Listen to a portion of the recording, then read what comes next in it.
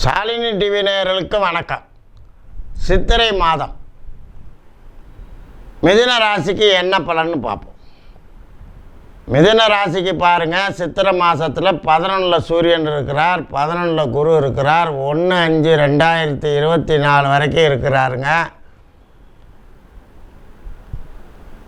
25/4 பிறகு சுக்கிரனும் 11க்கு வந்துடுறாரு. அப்போ சூரியன், சுக்கிரன், குரு லாபத்தில் இருக்கிறாரு.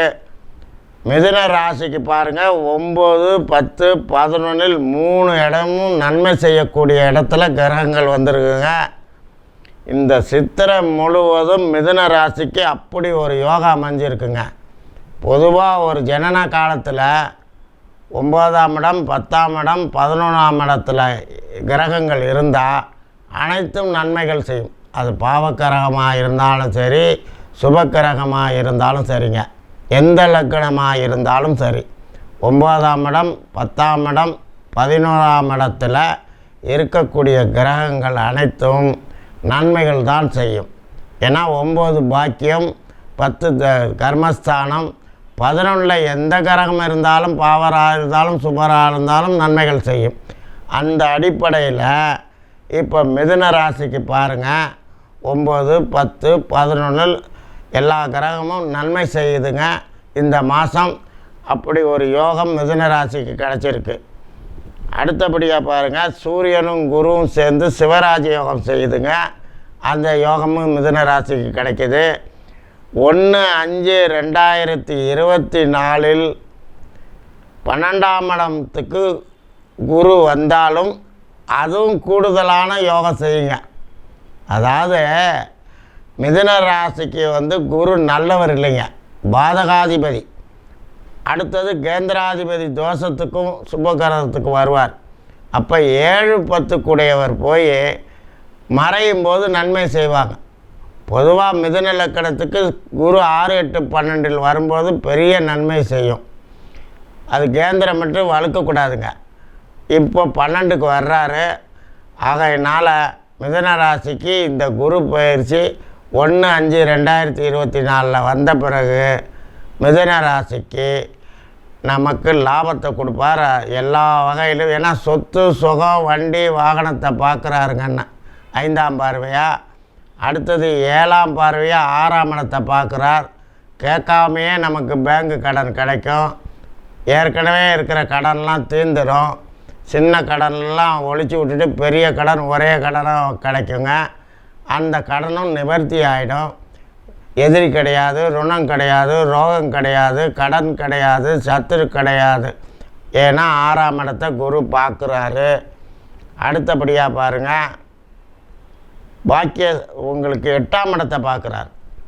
ஆயுளுக்கு ஸ்தானத்தை பார்க்கும்போதும் மாங்கல்ய ஸ்தானத்தை பார்க்கறதுனாலையும் மிதுன ராசி பெண்களுக்கு திருமணம் நடைபெறும். 12ல் குரு குரு பலன் இல்லைன்னு சொல்லுவாங்க.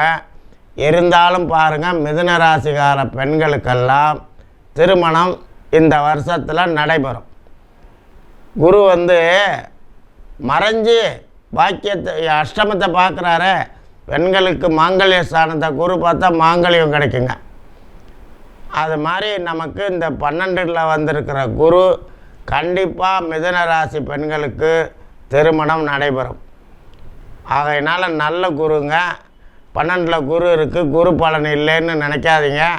மிதுன ராசிக்கு கண்டிப்பாக திருமணம் நடத்தி வைப்பார் இந்த குரு. அடுத்தபடியாக பாருங்கள், மிதுன ராசிக்கு வீடு, வாகனம், நோய் தீர்வு, கடன் தீர்வு, திருமணம் இது போன்ற சுப காரியங்களால் நடத்தி கொடுப்பார் இந்த குரு. நமக்கு இந்த 9, 10, 11 வந்திருக்கிற குரு கிரகங்கள் அனைத்தும் மிதுன ராசிக்கு நல்ல பாசிட்டிவாக இருக்குங்க. அதனால் இந்த சித்திரை மாதம் நமக்கு அபரீதமான யோகத்தை செய்ய போகிறார். அடுத்தபடியாக பாருங்கள், 18, 19, 20 மகிழ்ச்சி நாளுங்க. பணம் வரவு வருது.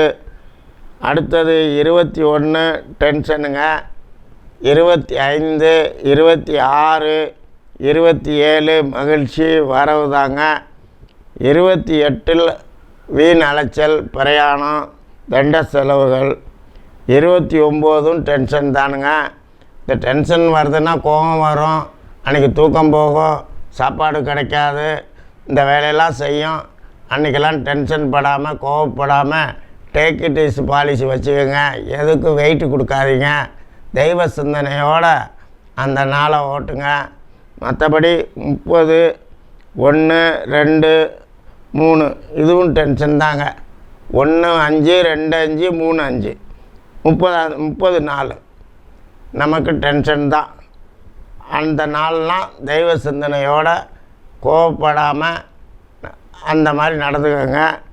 அடுத்தபடி 4, 5, 5, 5 வரவு மகிழ்ச்சிங்க. 6ஆம் தேதி அதிகமாக டென்ஷன் இருக்கும், உஷாரு.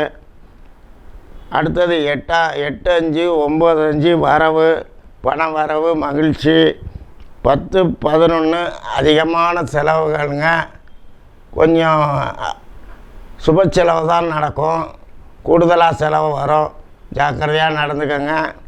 அடுத்தபடியாக 12, 5, 13, 5 உடல் நலம், பேச்சு இதில் ரொம்ப கவனம் தேவைங்க. அந்த 2 நாளும் நம்மளுக்கு கொஞ்சம் உடல் நலத்தில் எச்சரிக்கையாக இருங்க. மற்றபடி மிதுன ராசிக்கு இந்த சித்திரை மாதம் ஒரு யோகமான மாதமே. நன்றி, வணக்கம்.